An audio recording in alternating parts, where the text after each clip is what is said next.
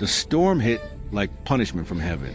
A little black girl, barefoot and trembling, pounded on a stranger's farmhouse door crying, "They hurt my mom.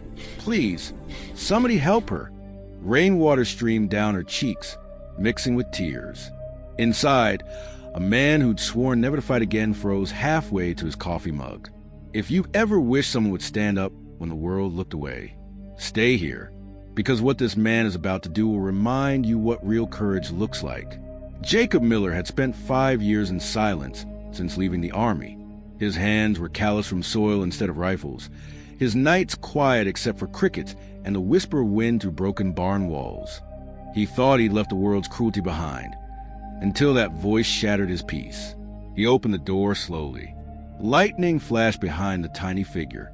The girl couldn't have been older than 7.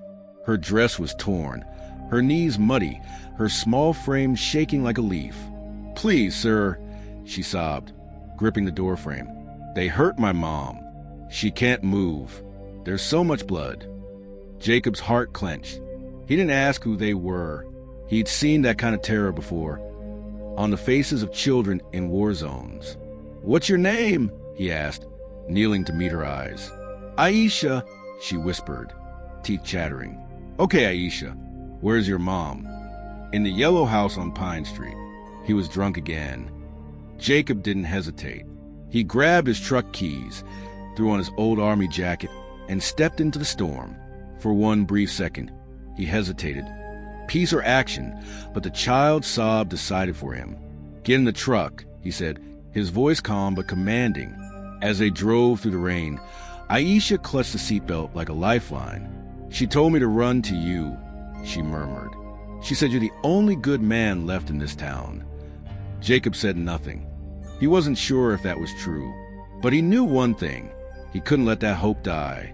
The truck's headlights cut through sheets of rain, bouncing off the cracked "Welcome to Pine County" sign.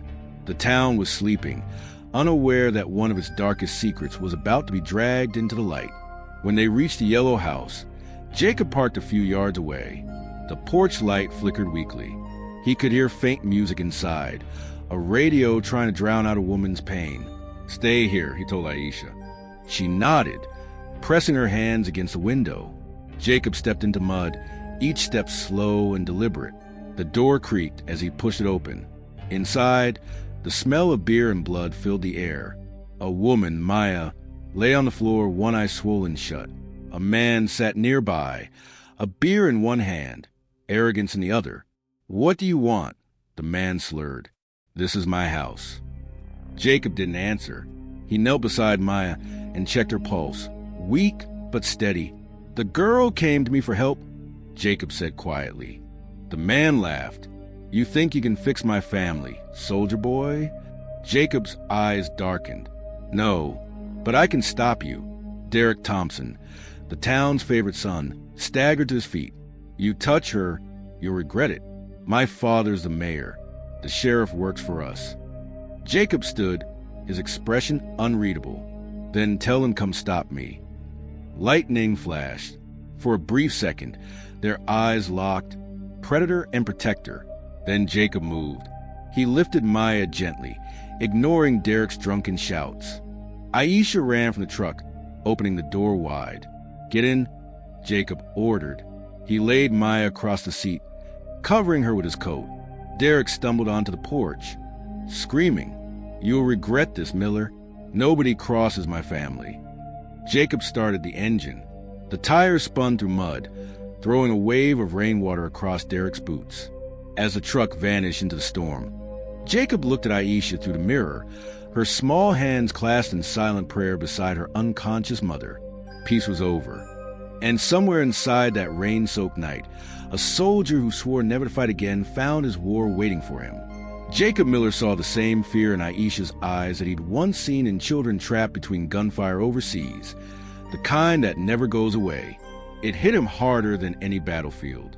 Some wars don't need uniforms to make soldiers out of men. If you ever seen someone hurt and wish you could stop it, keep watching. Because tonight, one quiet neighbor is about to remind this town what courage looks like. The rain had slowed to a thin drizzle when Jacob carried Maya inside his farmhouse.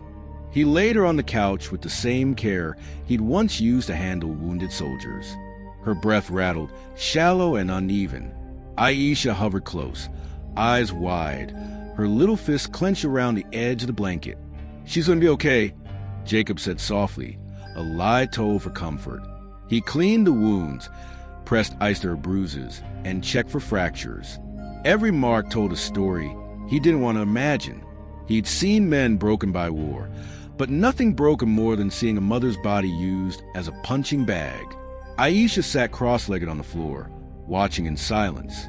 "She told me you used to fight bad people," she whispered. Jacob nodded. "I did once."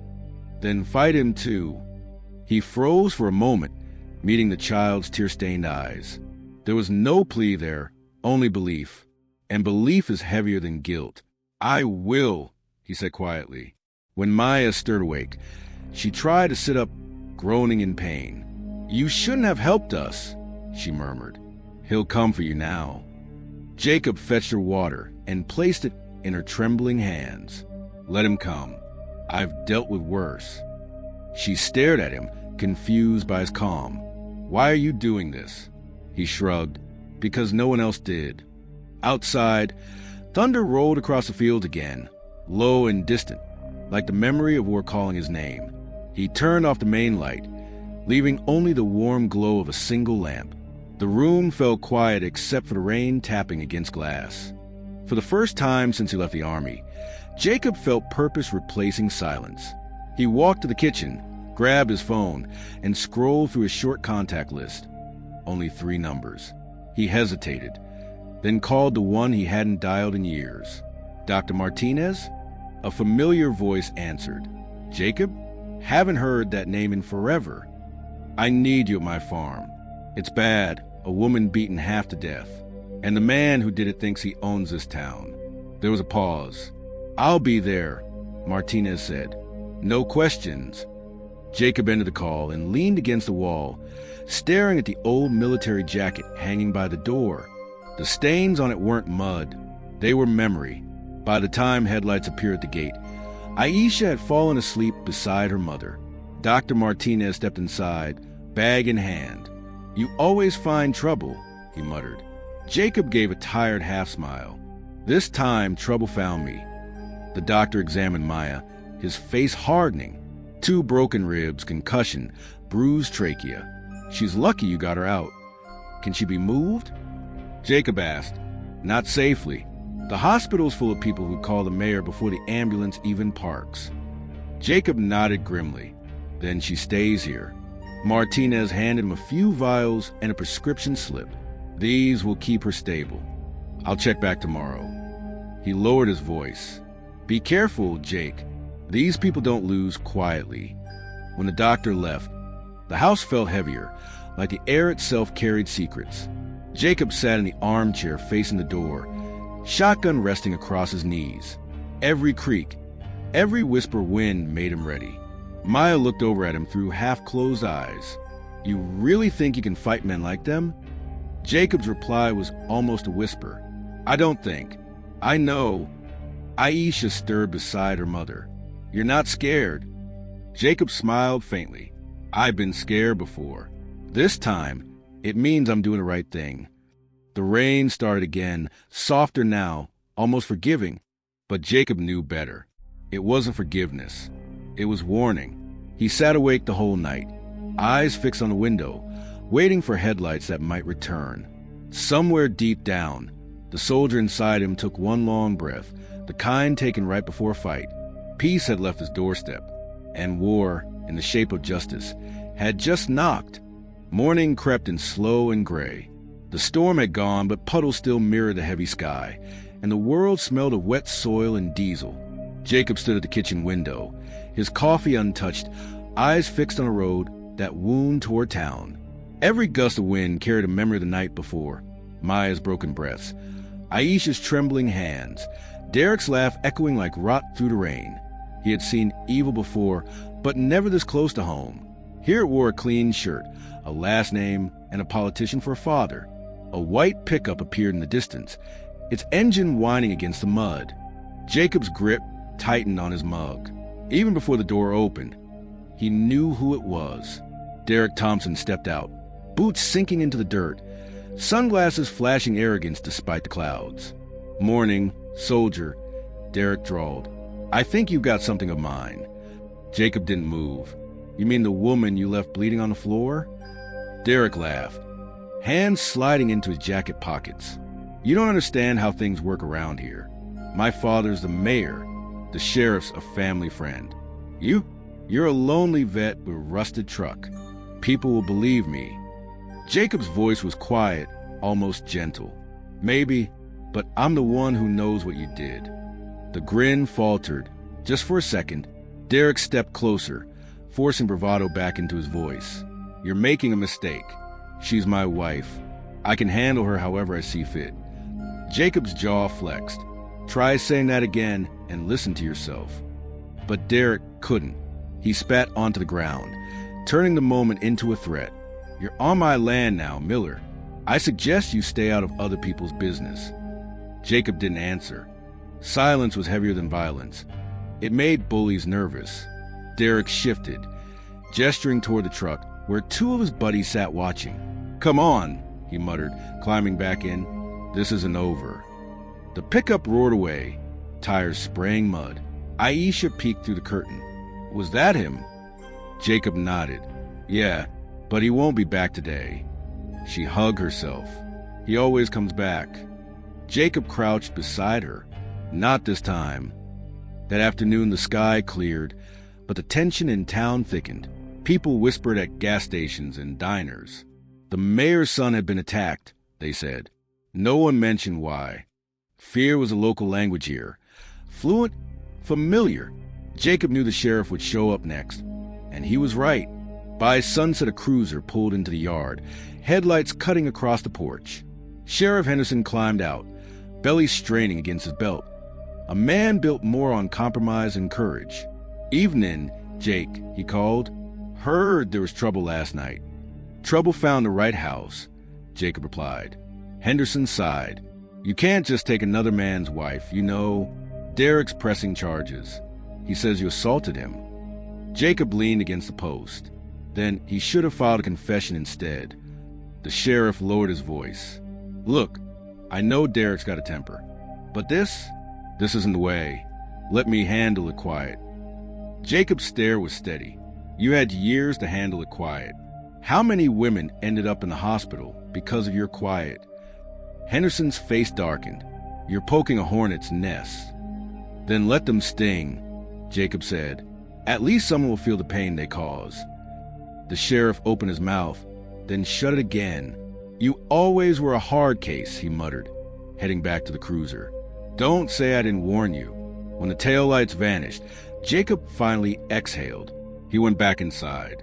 Maya sat at the table, hands wrapped around a cup of tea she couldn't finish. "He's going to ruin you," she said softly. Jacob shook his head. "He's already ruined himself. I'm just making sure everyone sees it." Maya looked down, ashamed. "They'll never believe me." "They don't have to," he said. "They'll believe the truth when it hits their doorstep."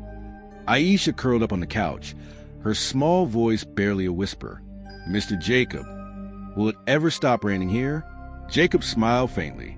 "Someday, kid, when people stop pretending storms don't exist." He turned off the light, leaving the room in a soft amber glow.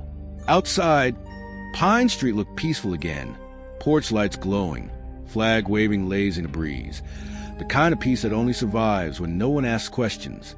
Jacob sat by the window, shotgun within reach, watching the empty road. He didn't know when Derek would strike next, only that he would. But he also knew this time the fight wouldn't be one-sided, because Pine Street had finally woken up the wrong neighbor. The next day began with a heavy sky that refused to clear. Jacob tried to work the fields, pretending life could still be ordinary, but every sound made him glance toward the road. Somewhere out there, Derek was waiting drunk, humiliated, and dangerous.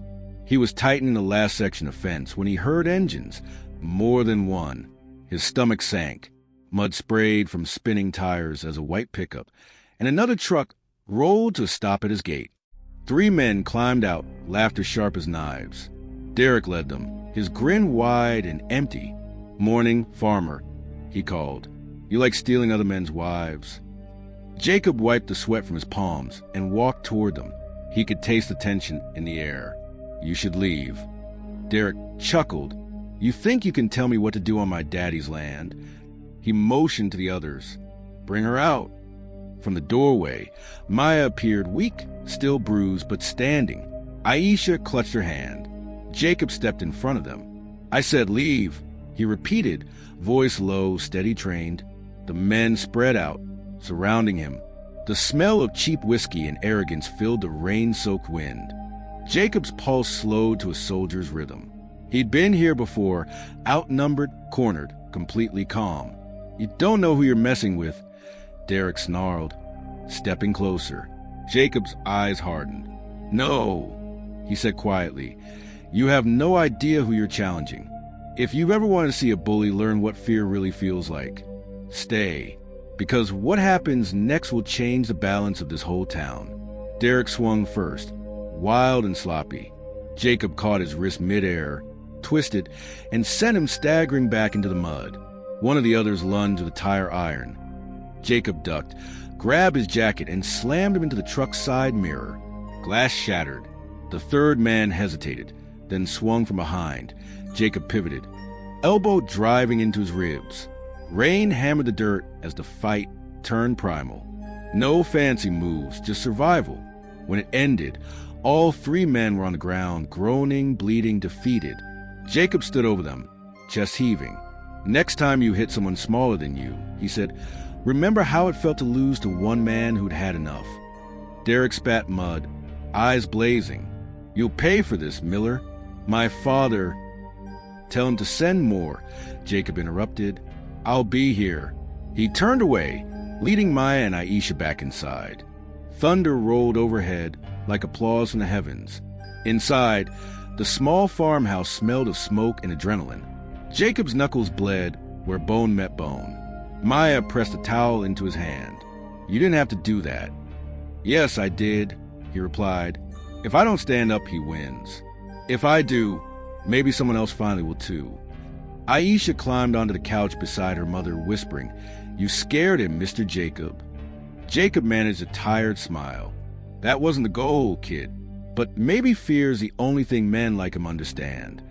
When the house fell quiet, he sat at the table, staring at the small voice recorder lying next to a cooling cup of coffee. He pressed play.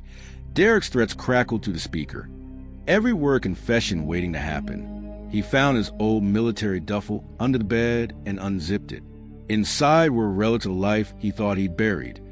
A field camera, a transmitter, a worn-out notepad. He lined them on the table like weapons. Dr. Martinez's voice echoed in his head from the night before. "Document everything. If the system's rotten, go above it." So he did. He set the recorder on a windowsill aimed toward the driveway. He photographed the bruises, the shattered mirror, the tire marks. Every click of the camera felt like loading a bullet made of truth. Outside, the rain thickened again. Jacob's reflection blurred in the glass. A man once broken, now rebuilt by purpose. Maya watched him quietly. "What are you planning?" "Evidence," he said. "The kind they can't bury." She nodded slowly. For the first time since she met him, she smiled, a real one. Maybe the nightmare wasn't over, but it finally had a witness. Aisha yawned, curling into her mother's lap. Jacob turned off the main light, leaving only the lamp's glow flickering across the walls.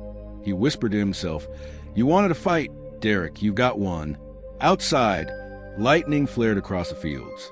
In that brief flash, his farmhouse didn't look like a refuge anymore. It looked like headquarters.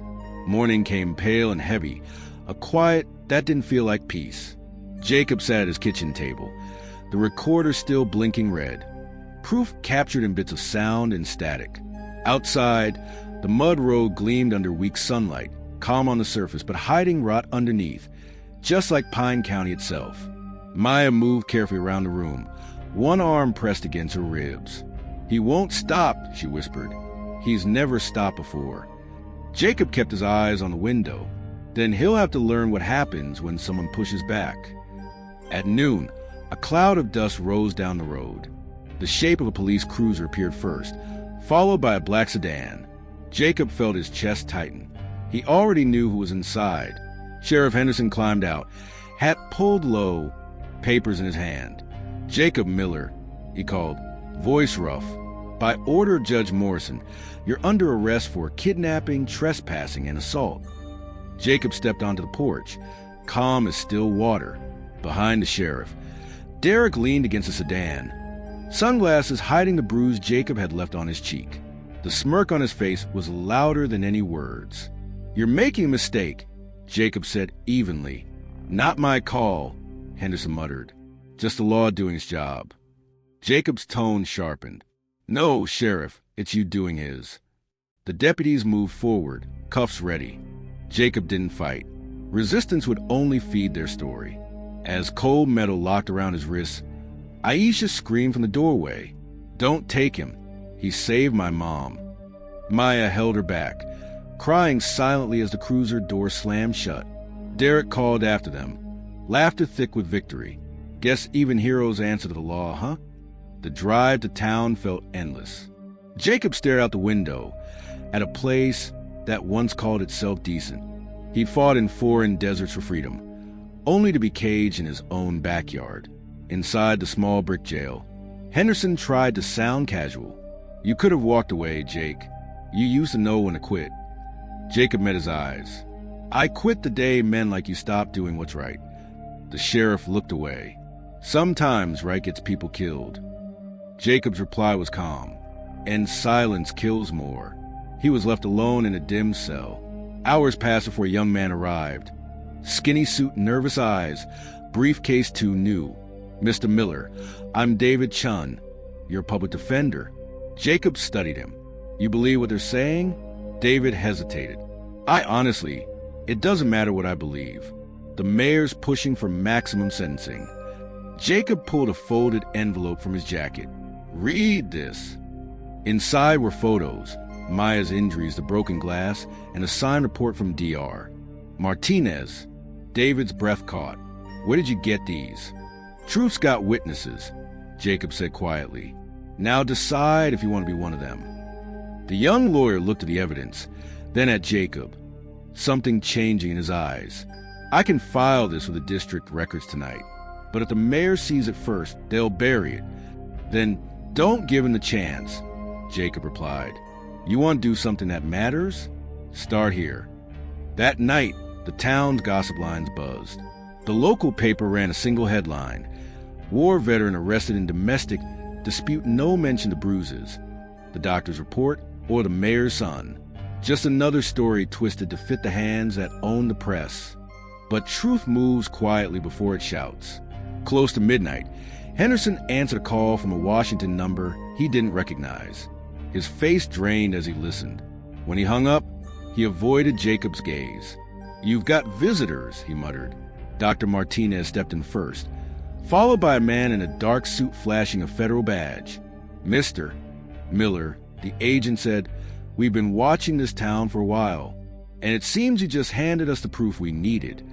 For the first time in days, Jacob allowed himself to breathe. Maybe the war wasn't over yet, but this time the battlefield was finally fair. Dawn came slow, pale, and heavy over Pine County. The kind of morning that doesn't bring peace, just a pause before a reckoning. In the jail's gray light, Jacob sat on a metal bench, wrists raw from the cuffs. He wasn't praying for release. He'd learned long ago that faith without action was just waiting in disguise. Footsteps echoed in the corridor. The cell door opened. Sheriff Henderson appeared, face drawn, eyes avoiding his. "You've got company, Miller," he muttered. Two men stepped in, suits sharp, expressions colder than the walls around them. "Mr. Jacob Miller?" the taller one said, flashing a badge. "Special Agent Rodriguez, Federal Bureau of Investigation. We need to talk." Jacob stood. About time someone did. They sat in the small interview room. On the table lay his recorder, still blinking. Rodriguez pressed play. Derek's voice spilled out through static. "My father's a mayor. The sheriff works for us. We own this town. The agent stopped the tape and looked up. You captured this yourself? Jacob nodded. And there's more. Photos, doctor's report, timestamps.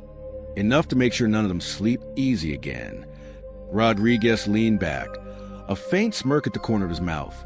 You might have just handed us everything we needed. We've been building a case against the Thompsons for months. Money laundering, bribery, even case tampering. But without a witness, it was smoke. You gave it fire. Outside, the sound of sirens built slowly. Not local cruisers, but federal convoys. Henderson froze at the window as a line of black SUVs rolled down Main Street. Lights flashing like thunder without the rain. Across town, the mayor's mansion stood quiet behind iron gates. The breakfast table was still set when the front doors crashed open. Federal agents, voices shouted. Mayor Thompson shot to his feet, eyes wide. This is outrageous.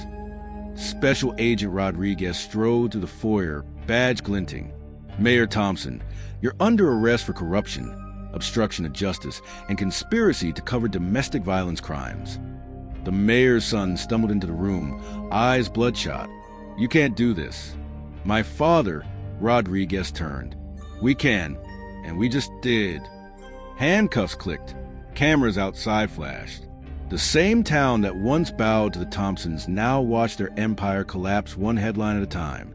Back at the station, Henderson handed Jacob his belongings. You're free to go, he said quietly. Looks like I picked the wrong side. Jacob took the items, pausing before leaving. No, Sheriff, you didn't pick wrong. You just waited too long. When he stepped out into the sunlight, Maya and Aisha were there waiting. Aisha ran first, tears streaking her cheeks as she wrapped her arms around his waist. You came back, she whispered. I told you I would. Dr. Martinez and young lawyer David Chun stood behind them. David smiled awkwardly. The whole country's talking about you. They're calling it the Pine County Purge. Jacob shook his head. No, they're talking about justice finally waking up. By afternoon, every screen in town lit up with breaking news. Mayor and son arrested in federal raid. Local veterans' evidence exposes years of corruption. Reporters swarmed the courthouse steps. Maya gave a brief statement, her voice steady despite the flashes. This isn't just about me, she said. It's about every woman who begged for help and was told to be quiet. We're not quiet anymore. Jacob watched on the edge of the crowd, silent and proud. For once, the noise of justice sounded better than any applause. That evening, he sat on the courthouse steps beside Dr. Martinez. The sunset painted the sky gold, the same color as old medals buried in a box somewhere. You realize you just ended a dynasty, Martinez said. Jacob exhaled slowly. No, truth did. I just made sure it had a microphone. The doctor nodded. So what now? Jacob looked toward the horizon, where Pine Street disappeared into the distance. Now, we rebuild. Across the county, the jail cells that once held the powerless now held the powerful. Derek Thompson sat in silence, hand shaking, no press, no father protection. For the first time, he understood what helplessness tasted like. And in that moment, somewhere miles away, Jacob Miller finally slept without fear. The war was over. This time, the right side had won. 6 months later, Pine County looked like a different place. The same roads that once echoed with silence now carried the sound of rebuilding, hammers, laughter, and life returning after storm. Where the mayor's old office once stood, a new sign gleamed under the morning sun. Hope Support Center for Women and Children. Inside, bright light filled the hallways, walls painted in warm colors instead of fear. Maya moved through the room with quiet authority, clipboard in hand. Her ribs had healed, but the scars remained, reminders of where she'd been and what she survived. Aisha arranged books in a small corner library, humming softly. Jacob walked in carrying a box labeled donations. His hair had grown a little, streaked silver, and his eyes were finally calm. Busy morning, he said, setting the box down. Maya smiled. It's always busy when people finally feel safe enough to ask for help. He nodded. looking around at the smiling volunteers, at the women who once kept their heads down, now walking tall. "You did good, Maya." "We did it," she corrected gently. For a long moment, they stood in silence, the kind that didn't hurt anymore. Outside, the local news crew filmed the center's opening. The headlines scrolled across TV screens. Veterans' evidence sparks national movement. Pine County reborn. Reporters wanted interviews, but Maya kept them brief. "We don't need praise," she said. "We need progress." Jacob stayed in the background, leaning against the porch rail, watching Aisha play in the courtyard. The sound of her laughter was louder than every headline combined. Dr. Martinez arrived, patting Jacob's shoulder. "Got a letter for you," he said, handing over an envelope with a federal seal. Jacob opened it slowly. Inside, a single note read, "For reminding us that silence is the real enemy of justice. Thank you." He folded it carefully, slipping it into his jacket pocket. He didn't need medals anymore. The sound of that child's laughter was reward enough. That evening, as the sun bled gold over the fields, Jacob walked along Pine Street, the same road where it all began. The air smelled of rain and fresh paint, not blood and fear. Houses were brighter now. People nodded as he passed, not out of pity, but respect. He paused outside the old farmhouse. Maya stood at the door with 2 cups of coffee. "You still working sunup to sundown?" she asked. "Old habits die hard," he replied with a small grin. Aisha ran out, waving a drawing in her hand. It showed 3 stick figures, 1 tall man, 1 woman, and a little girl standing under a rainbow. She pointed proudly. "That's us." Jacob looked at the paper for a long time, then knelt to her height. "You know what that rainbow means?" She shook her head. "It means storms don't last forever." Maya's eyes glistened. "Neither does pain." They went inside together as twilight wrapped around the fields. The house that once held fear now held peace. Real, earned peace. He didn't just save a mother and child. He dismantled a system that thought it could never fall. And in doing so, Jacob Miller proved one unshakable truth. Justice isn't loud. It's relentless. If this story moved you, don't just watch, be part of the change. Subscribe to Dark Truths, where every voice fights silence, and every story proves that even in the darkest places, the truth still wins. The camera would fade on Jacob's porch light, glowing against the dusk, steady, unwavering. And for the first time, Pine County didn't look broken. It looked alive.